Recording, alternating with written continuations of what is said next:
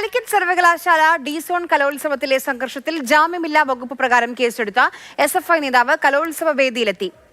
6-ാം പ്രതി അഷറഫാണ് Mala holy grace കോളേജിലെത്തിയത്. കലോത്സവം നടക്കുന്ന സ്ഥലത്ത് മുൻ സംഘർഷത്തിൽപ്പെട്ടവർ വരരുതെന്ന് പോലീസിന്റെ നിർദ്ദേശം ഉണ്ടായിരുന്നു.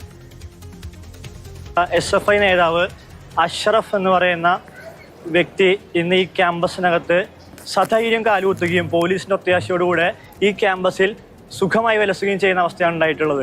ഞങ്ങളത് കാണുകയും പോലീസിന്റെ അടുത്ത് സ്പെഷ്യൽ ബ്രാഞ്ചിന്റെ അടുത്തും നിരന്തരമായി സൂചിപ്പിക്കുകയും ചെയ്തപ്പോൾ പോലീസിന്റെ പണി നിങ്ങൾ ചെയ്യേണ്ട, ഞങ്ങൾ ചെയ്തോളാം എന്ന് പറഞ്ഞ് ഈ ക്യാമ്പസിൽ നിന്ന് ചെരുപ്പൂരി അവന്റെ വസ്ത്രം ഊരി പറമ്പ് വഴി ഓടാനുള്ള എല്ലാം ഒത്താശ ചെയ്തിരിക്കുകയാണ് കേരള പോലീസ് എന്ന്.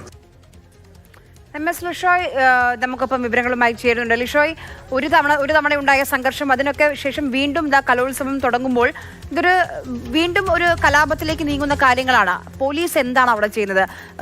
അവിടെ വരരുതെന്ന് കൃത്യമായ നിർദ്ദേശമുണ്ടായിട്ടും പിന്നെ എങ്ങനെയാണ് അങ്ങോട്ടേക്ക് എത്തിയത്?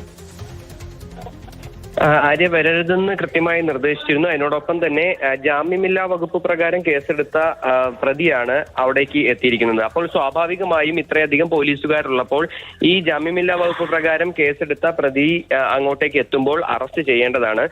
ഈ KSU വിദ്യാർത്ഥി നേതാക്കൾ ഇയാൾ അവിടെ എത്തിയത് അവിടെ ഉണ്ടായിരുന്ന പോലീസ് ഉദ്യോഗസ്ഥരെ അറിയിക്കുകയും ചെയ്തു. എന്നാൽ പോലീസ് അയാളെ അറസ്റ്റ് ചെയ്യാനോ അല്ലെങ്കിൽ അവിടെ വരരുതെന്ന് പറയാനോ ഒന്നും തന്നെ കൂട്ടാക്കിയില്ല എന്നുള്ളതാണ് KSU നേതാക്കൾ ആരോപിക്കുന്നത്. നേരത്തെ ഉണ്ടായ വിദ്യാർത്ഥി സംഘർഷത്തിൽ ജാമ്യമില്ലാത്ത വകുപ്പ് പ്രകാരം കേസെടുത്ത അഷ്റഫാണ് അവിടേക്ക് എത്തിയത്. അതിനോടൊപ്പം തന്നെ ഇന്ന് വീണ്ടും ഈ കലോത്സവം പുനരാരംഭിച്ച സമയത്ത് 300-ലധികം പോലീസുകാരാണ് അവിടെ ഉള്ളത്. ഈ 300-ലധികം പോലീസുകാരുടെ സുരക്ഷയിലാണ് ഈ കലോത്സവം നടത്തുന്നത്. ഇനിയൊരു അക്രമ സംഭവം ഉണ്ടാകാതിരിക്കുന്നതിന് വേണ്ടിയാണ് ഇത്രയധികം പോലീസുകാരെ അവിടെ വിന്യസിച്ചിരിക്കുന്നതെന്നാണ് ഉയർന്ന പോലീസ് ഉദ്യോഗസ്ഥർ പറഞ്ഞിരുന്നത്. പക്ഷേ അത്രയേറെ പോലീസുകാർ ഉള്ള സമയത്താണ് ജാമ്യമില്ലാ വകുപ്പ് പ്രകാരം കേസെടുത്ത പ്രതി അങ്ങോട്ടേക്ക് എത്തി.